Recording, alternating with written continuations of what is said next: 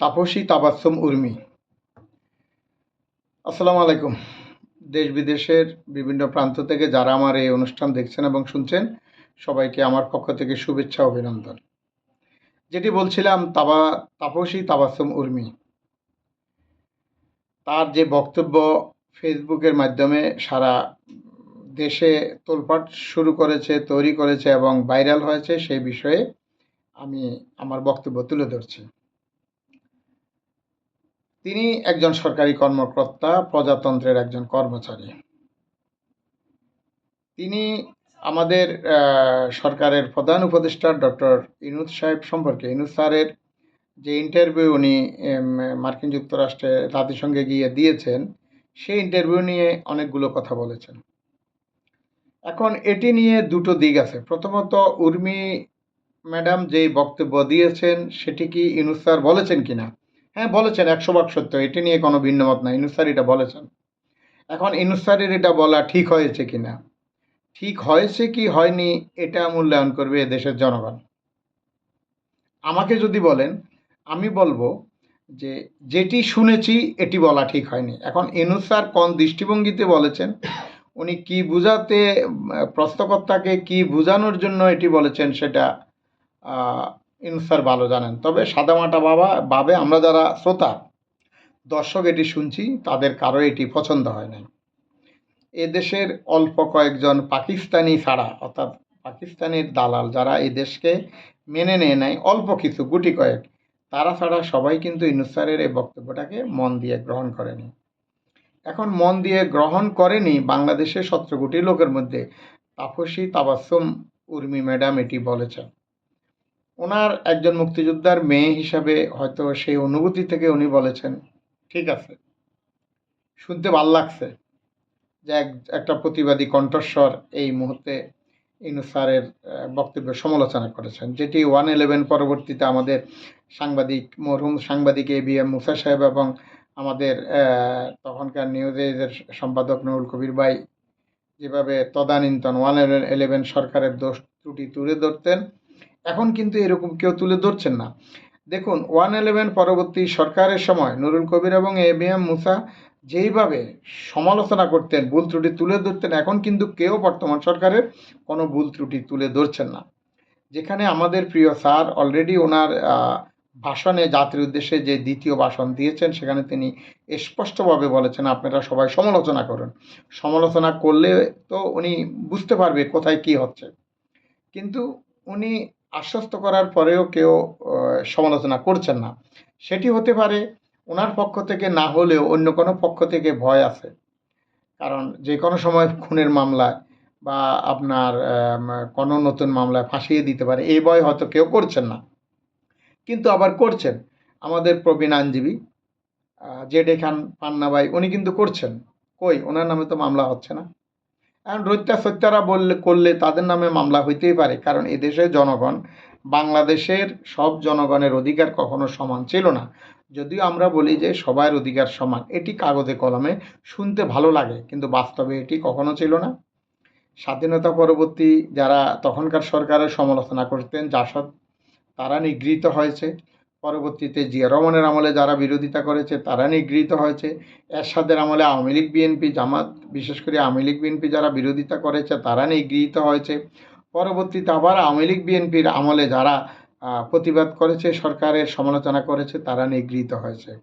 সরকারের বিরুদ্ধে ন্যায্য সমালোচনা করার পরেও জেলে যেতে হয়েছে, তথাকথিত ঘরে বন্দি থাকতে হয়েছে। এটি সবাই বলেন এবং এটি চলছে, হরদম হয়ে আসছে। এটি এদেশের সংস্কৃতির অংশ হয়ে দাঁড়িয়েছে যে আপনি সত্য কথা বলতে পারবেন না শাসকদের বিরুদ্ধে, করলে আপনাকে জেলে যেতে হবে। তো আমি এবার আসি মূল কথা।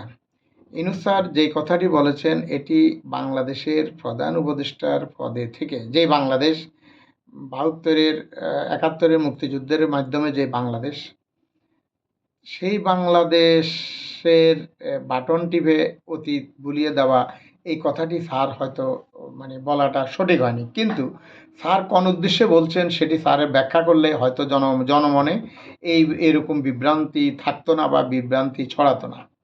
এবার আসি উর্মি ম্যাডামের কথা। উর্মি ম্যাডামের বক্তব্যের দুটো দিক আছে। এক পক্ষ উর্মি ম্যাডামের বক্তব্যকে বাহবা দিচ্ছেন, হাততালি দিচ্ছেন। আরেক পক্ষ বলছেন এটি সঠিক হয়নি। সঠিক যদি হতো তাহলে ওনাকে ওএসডি করা হতো না, ওনাকে সাময়িক বহিষ্কার করা হতো না। এই জায়গায় আমার প্রশ্ন হলো, ওনাকে ওএসডি করা হয়েছে, ঠিক আছে। ওএসডি করার পরে আমাদের বৈষম্য বিরোধী ছাত্ররা আবার একটা বিবৃতি দিয়েছেন যে ওনাকে যদি স্থায়ী বহিষ্কার না করা হয় তাহলে উত্তরবঙ্গে ওনারা ওই যে কি একটা ব্লকেড একটা শুরু হয়েছে বাংলাদেশে, সেটি নাকি শুরু করবেন। এটার ইংরেজি ভার্সন আর কি ব্লকেড, এটা বাংলা ভার্সন কি হিন্দি ভার্সন কি আমি জানি না। তো যাই হোক, জানার দরকার নাই, আমরা দেখেছি ব্লকেডটা কি জিনিস। তো এবং এটা বলার পরে কিন্তু তাকে সাময়িক বহিষ্কার করা হয়েছে। এখন যারা এই সাময়িক বহিষ্কার বা তাকে ওএসডি করার প্রতিবাদ করছেন তাদের কাছে আমার কিছু প্রশ্ন আছে। প্রথমত, উর্মি ম্যাডাম একজন নাগরিক হিসাবে যে কোনো মতামত তুলে ধরতে পারেন, সেখানে সরকারের বিরোধিতা করতে পারেন, সমালোচনা করতে পারেন, সরকারকে গালি দিতে পারেন, এটি নিয়ে কোনো আমার বক্তব্য নেই। বক্তব্য হলো, প্রজাতন্ত্রের একজন কর্মচারী হয়ে তিনি তার বক্তব্য দিতে গিয়ে ইউনূস স্যারের বক্তব্যের সমালোচনা করতে গিয়ে কিছু কথা বলে ফেলেছেন। অর্থাৎ যেখানে ওনার থেমে যাওয়া উচিত ছিল, যেখানে ওনার ব্রেক করা উচিত ছিল, সেখানে উনি ব্রেক করেননি, উনি আরেকটু সামনে চলে গেছেন। যেখানে গিয়েছেন সেখানে কিন্তু আর রাস্তা ছিল না, গর্ত ছিল। সেটা কি? উনি আবু সাইদকে সন্ত্রাসী বলেছেন। আচ্ছা, ওনার কাছে কি কোনো রিপোর্ট আছে যে আবু সাইদ সন্ত্রাসী? কোনো তথ্য প্রমাণ আছে? যদি তথ্য প্রমাণ থাকে, ওনার উচিত ছিল আবু সাইদের তথ্য প্রমাণ দিয়ে প্রমাণ করে দেওয়া আবু সাইদ সন্ত্রাসী। কিন্তু আবু সাইদ বাংলাদেশের এই জুলাই আগস্টের আন্দোলনের একজন শহীদ এবং বীর শহীদ। তার মৃত্যুকে কেন্দ্র করেই কিন্তু আন্দোলন দাবানলের মতো সারা দেশে ছড়িয়ে পড়েছিল। সুতরাং তাকে উনি সন্ত্রাসী যদি বলতে হয়, একসময় ক্ষুদিরামকেও সন্ত্রাসী বলা হয়েছে, ডাকাত বলা হয়েছে, সেটা আমাদের মনে রাখতে হবে। এরপরে উনি বলেছেন যে এই সরকার অবৈধ, সংবিধান মোতাবেক সরকার অবৈধ, ঠিক আছে। এখন আবার সরকার সংবিধানের নামে শপথ নিয়ে সরকারের কর্মকাণ্ড চালাচ্ছেন, এটি সত্য।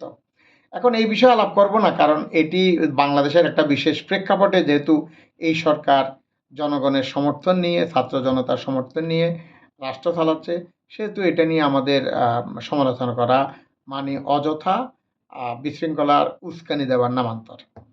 আমার প্রশ্ন হলো, উর্মি ম্যাডাম প্রজাতন্ত্রের কর্মচারী এবং এই সরকারের অধীনে একজন কর্মচারী হয়ে উনি বলেছেন এই সরকার অবৈধ। তাহলে যদি আমার বাবা যদি অবৈধ হয়, আমার মা যদি অবৈধ হয়, তাহলে আমিও তো অবৈধ সন্তান।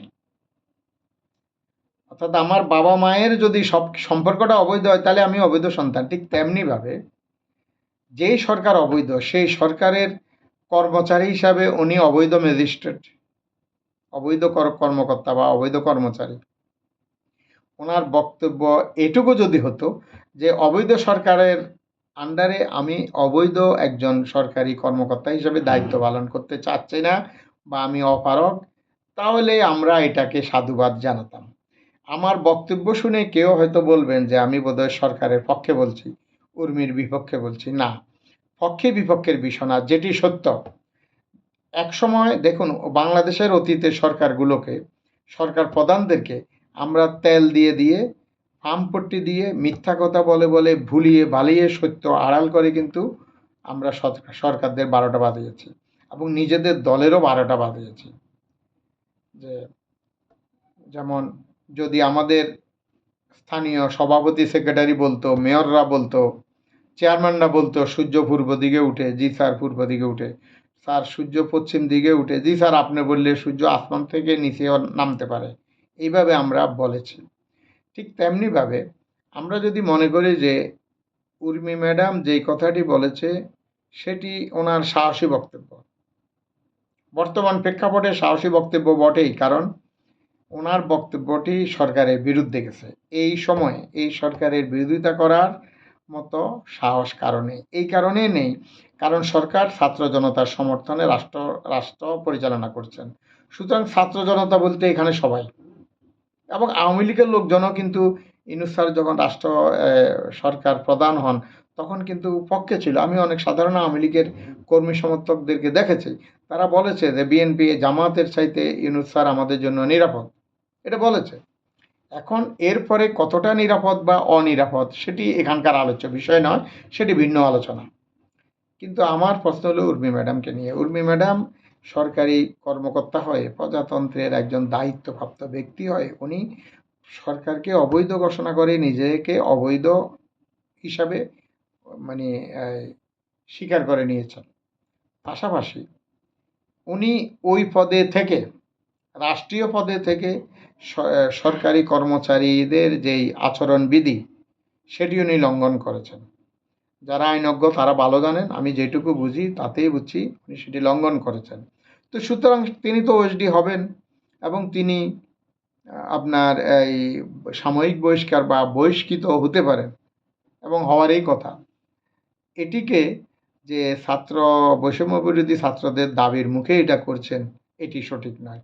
এটি আইনের বিধান মোতাবেক হয়ে গেছে। আর যদি সরকার বৈষম্য বিরোধী ছাত্রদের চাপের কারণে করে থাকেন তাহলে আমি মনে করব সেটা সঠিক হয়নি। আইন অনুযায়ী হয়েছে, ঠিক ঠিক আছে, কারো চাপে সরকার এটি করছে বলে আমি মনে করি না। আমি যেটি বলবো, যারা সরকারি কর্মকর্তা বা কর্মচারী এর বাইরেও যারা আছেন, হিরো হওয়ার জন্য, ভাইরাল হওয়ার জন্য বক্তব্য দিতে গিয়ে অতিরিক্ত কিছু যাতে না বলেন।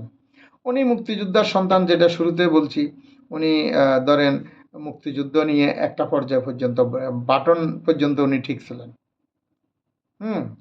যে রিসেট বাটন টিপ দেওয়া পর্যন্ত ওনার বক্তব্য ধরেন এটি হয়তো সঠিক ছিল, কিন্তু এরপরে উনি সরকারের সমালোচনা, আবু সাইদ নিয়ে ওনার বক্তব্য, এগুলা গ্রহণযোগ্য নয়। এবং এটি উনি না বুঝে করেছেন অথবা জেনে শুনে ইচ্ছায় করেছেন এবং কারো প্ররোচনায় করেছেন। আমি মনে করি এই ধরনের ঘটনা যাতে বাংলাদেশে মানে না ঘটে। আমরা সবাই দেশের শান্তি চাই, দেশ শান্তিতে থাকলে আমরা শান্তিতে থাকবো। আমি মনে করি এই মুহূর্তে ওই রিসেট বাটন টিপার চাইতে গুরুত্বপূর্ণ হলো মানুষের নিরাপত্তা দেওয়া। এটা আমি আমার স্যারের উদ্দেশ্যে বলছি, জনমানুষের নিরাপত্তা দেওয়া, দ্রব্যমূল্য নিয়ন্ত্রণ করা। আগের সরকার কিন্তু দ্রব্যমূল্য নিয়ন্ত্রণ করতে পারে নাই বলে মানুষের মনে যে ক্ষোভ ছিল, সেই পুঞ্জীভূত ক্ষোভের বই প্রকাশ হয়েছে ছাত্রদের আন্দোলনের মাধ্যমে। সুতরাং ডিমের দাম প্রতিনিয়ত বাড়ছে, প্রত্যেকটা জিনিসের দাম বাড়ছে। এটি খুব তাড়াতাড়ি নিয়ন্ত্রণ করা দরকার, মানুষের নিরাপত্তা দেওয়ার দরকার। রাস্তাঘাটে ডাকাতি হচ্ছে, ট্রাফিক জ্যামের মধ্যে হাইজ্যাক হচ্ছে, এই জায়গাগুলো বন্ধ করার দরকার। আমি মনে করি যে এখন রাষ্ট্রের গুরুত্বপূর্ণ দায়িত্ব হলো এগুলো। সংস্কারের আগেও দরকার হলো মানুষের নিরাপত্তা এবং দ্রব্যমূল্য নিয়ন্ত্রণ। হ্যাঁ, সরকারের কোনো এজেন্ডা থাকতেই পারে, এজেন্ডা সব সরকারেরই থাকে, সেটি আপনি বাস্তবায়ন করার লক্ষ্যে এগিয়ে যান, কিন্তু প্রথম পদক্ষেপ হওয়া উচিত মানুষের আস্থা অর্জন। আর মানুষের আস্থা অর্জনের জন্য অবশ্যই নিরাপত্তা, দ্রব্যমূল্য নিয়ন্ত্রণ, এই বিষয়গুলো খুব দরকার। ধন্যবাদ, সবাই ভালো থাকবেন। আসসালামু আলাইকুম রহমতুল্লাহ।